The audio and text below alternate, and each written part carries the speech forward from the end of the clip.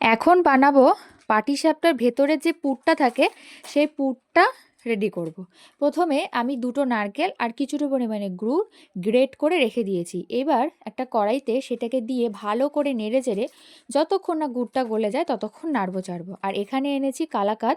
এটা হচ্ছে এমনি কালাকাঁদ, তোমরা চাইলে এখানে নলেন গুড়ের কালাকাঁদটা দিতে পারো, সেটা দিলে কিন্তু আরও বেশি ভালো হয়। তো যাই হোক, আমি ওটা পাইনি। এইবার ওর মধ্যে দিয়ে দিলাম আমি স্বাদ মতো নুন। নুন দেওয়ার পরে ওই কালাকাঁদটা হাতের সাহায্যে একটু ম্যাশ করে এর মধ্যে দিয়ে দেবো। দিয়ে একটু নাড়বো চাড়বো, নেড়ে ভালো করে একটু মিশিয়ে নেব। এর মধ্যে অনেকে ক্ষীর দিয়ে করে, তা আমরা এই নারকেল দিয়েই আর কালাকাঁদ দিয়ে করে থাকি। এটা খেতেও কিন্তু বেশ ভালো হয়। তারপরে দিয়ে দিলাম এর মধ্যে একটু আমল দুধ, ওই 2 থেকে 3 চামচ আমল দুধ দিয়েছি। মা বললো আমল দুধটা দিলে নাকি দারুণ একটা টেস্ট হয়।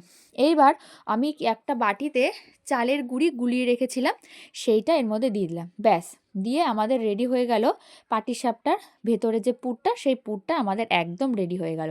এত সুন্দর একটা গন্ধ এসছে না, মানে কি বলবো। এবার একটা থালার মধ্যে ঢেলে রেখে দিয়েছি। এইবার শুধু পাটিসাপটা করার পালা। তো চলো সেটাও তোমাদের সাথে শেয়ার করব।